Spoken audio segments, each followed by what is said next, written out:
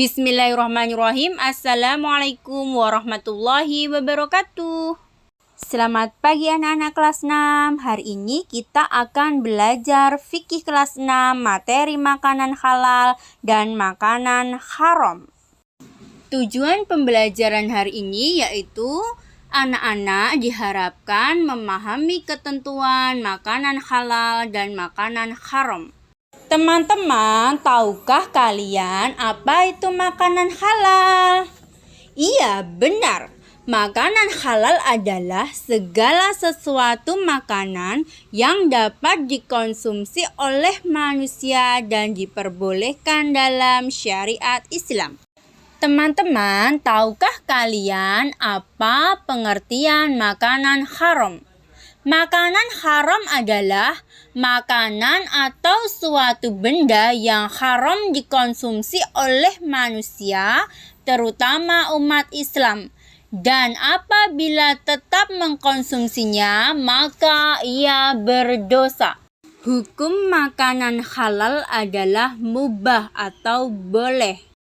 Allah Subhanahu wa Ta'ala berfirman dalam surah Al-Maidah ayat 88 bahwa Allah telah memerintahkan pada manusia untuk makan makanan halal saja. Macam-macam makanan halal. 1. Halal zatnya. 2. Halal cara memperolehnya. 3. Halal cara memprosesnya. 4. Halal cara menyajikan, mengantarkan, serta menyimpannya. Hal pertama yang harus diperhatikan dalam penentuan kehalalan suatu makanan adalah zatnya atau bahan dasar makanan tersebut. Ciri-ciri halal zatnya. 1. Makanan yang berasal dari binatang atau tumbuhan yang tidak diharamkan oleh Allah. 2. Dijelaskan di dalam Al-Quran, hadis, ijma, dan qiyas ulama. 3. Bermanfaat bagi pertumbuhan kesehatan manusia. 4. Tidak merusak badan, akal, maupun pikiran. 5.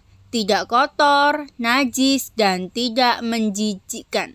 Yang kedua yaitu halal cara memperolehnya. Pada dasarnya semua makanan adalah halal, dan apabila zatnya halal, maka makanan dapat menjadi haram, tergantung bagaimana cara memperolehnya.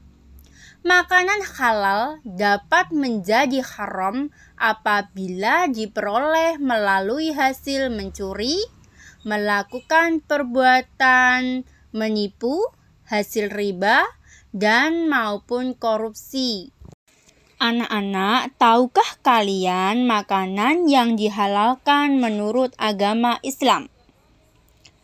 Makanan yang dihalalkan menurut agama Islam dapat digolongkan yang pertama, semua rizki yang diberikan oleh Allah berupa makanan yang baik dan halal. 2. Semua makanan yang berasal dari laut atau air. 3. Semua binatang ternak kecuali babi dan anjing. 5. Semua jenis binatang yang hidup di air, baik air laut maupun air tawar.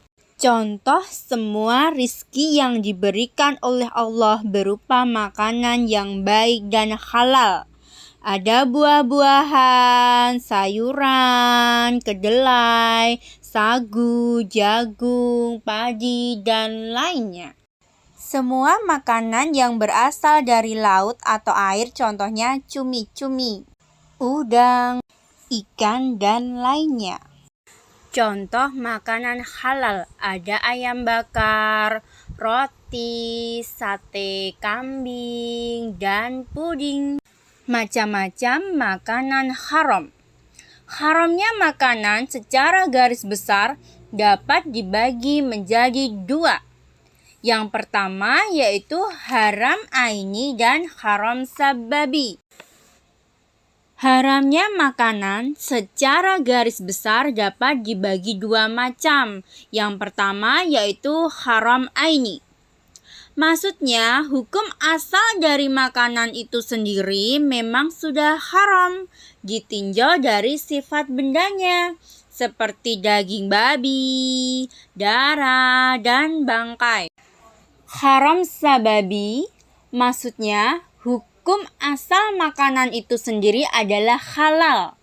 Akan tetapi dia berubah menjadi haram karena adanya sebab yang menjadikan haramnya makanan tersebut, seperti daging sapi digoreng dengan minyak babi. Ciri-ciri makanan yang diharamkan. 1. Terdapat dalil yang melarang untuk memakannya. 2. Kotor, menjijikkan, mendatangkan madorot, serta berbahaya bagi tubuh dan kesehatan. 3.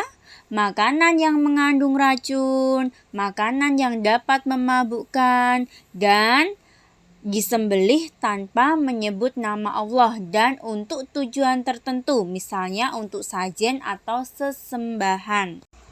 Anak-anak, tahukah kalian jenis makanan yang diharamkan oleh Allah Subhanahu wa Ta'ala? Yang pertama adalah bangkai binatang, kecuali bangkai ikan dan belalang. Kemudian darah, kemudian makanan yang menjijikkan, daging babi, kemudian makanan yang membahayakan, dan binatang yang disembelih tidak atas nama Allah. Anak-anak, tahukah kalian hikmah mengkonsumsi makanan halal? Yang pertama, mendapat kesehatan hati dan jasmani. 2. Supaya doa dikabulkan oleh Allah Subhanahu wa Ta'ala. 3. Dijauhkan dari siksa api. 4. Menumbuhkan perbuatan baik.